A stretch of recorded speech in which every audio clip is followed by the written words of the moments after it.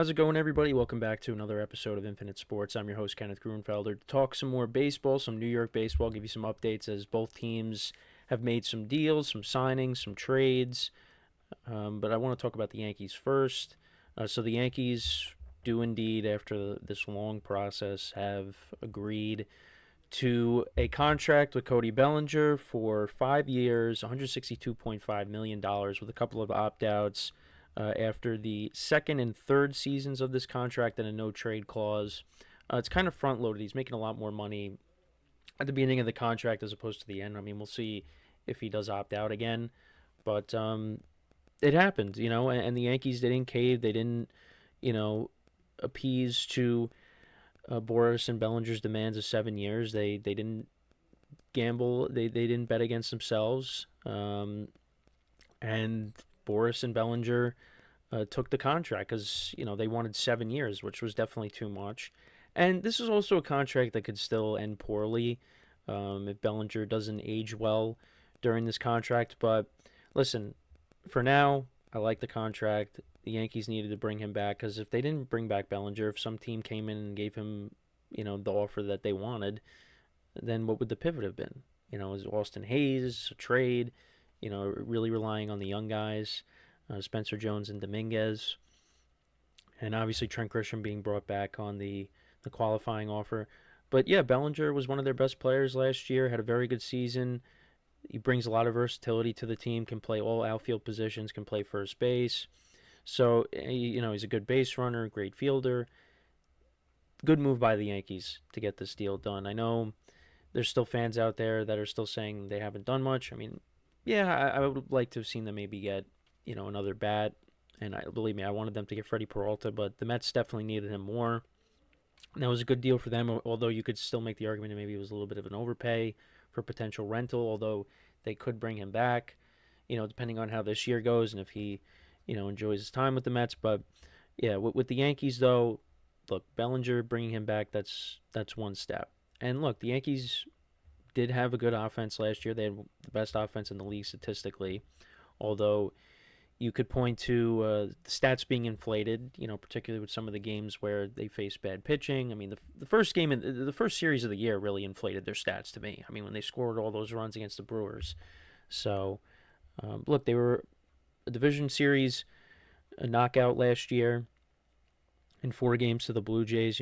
They tied the Blue Jays for the most wins in the American League. Look, this is still a good team on paper. The lineup is good. If the rotation is healthy, it could be one of the league's best. They still got to make some moves with the bullpen, but, this was an important move, getting Bellinger back in here. And, there's still work to be done. I think you still got to make some moves with the bullpen. I think you're pretty much set with your rotation.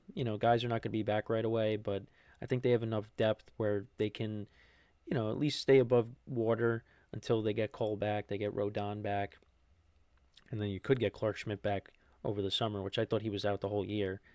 But no, I'm happy that the Yankees were able to get Bellinger back, and now we'll see what other moves are to be made with the Yankees. And then as for the Mets, they bring in Luis Robert Jr. in a trade from the White Sox.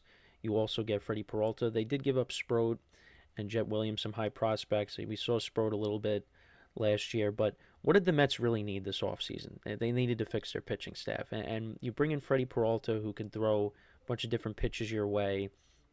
They needed another pitcher at the top of that rotation with McClain, so I like that move. I look, the Mets, they completely changed their roster. They got rid of a lot of their guys. I still would have liked to have seen them bring back Alonso and Diaz. I feel like if you would have added them to the moves that they made this offseason, I mean, they have the best offseason of the teams here before the 2026 season, or one of the best, other than the Dodgers, obviously. But they're still, look, they're a good team. They should be a good team. And yeah, right now, they are looked at as the favorites to win the National League East. I think their lineup is good.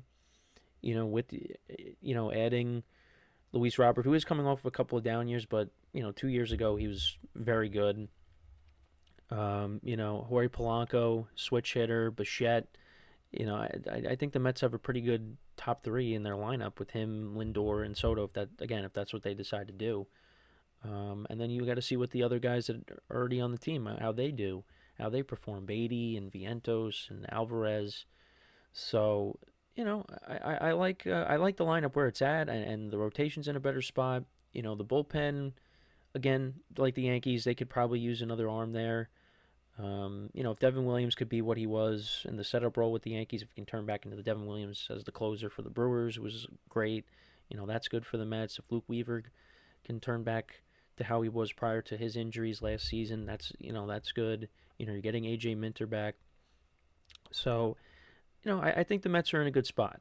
I think the Mets are in a good spot. I think the Yankees are in a good spot. I think both these teams, unlike last year, they should be in the postseason, both of them. It's going to be tough, but more so, I think for the Yankees, just because like their division is, very competitive. Whereas with the Mets, it's going to be competitive, but not as competitive as the AL East. Because the Braves, they have their issues with their pitching, and the Phillies. I feel like the Mets still kind of own them.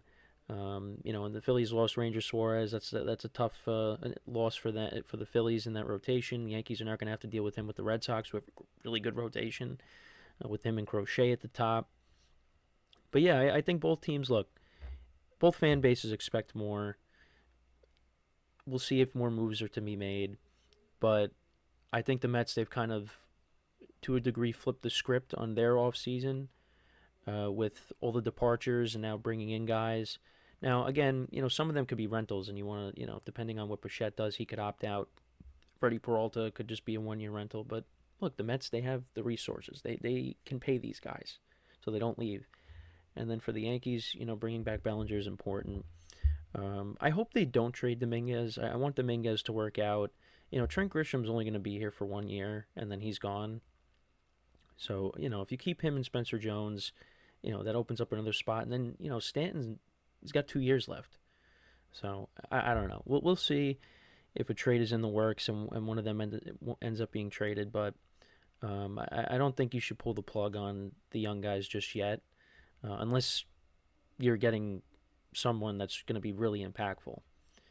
But that's my thoughts on both teams. I think both teams are in a good spot, albeit with what the Dodgers are doing. And I think they both should be good teams this year. So we'll see what happens. But let me know what you guys think. As always, everybody, make sure to leave a like, comment, and subscribe to the video, to the channel. Make sure to follow us on the social media platforms in the description below. And wherever you get your podcasts, you can follow us as well. Just look up Infinite Sports, and you'll find us there. Make sure to check out my NFL Championship Sunday picks / preview.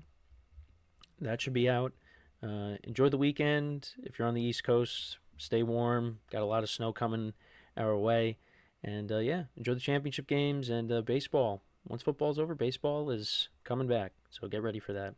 So as always, I'm your host, Kenneth Grunfelder, signing off. Have a good one. And I'll talk to you guys next time. Take care.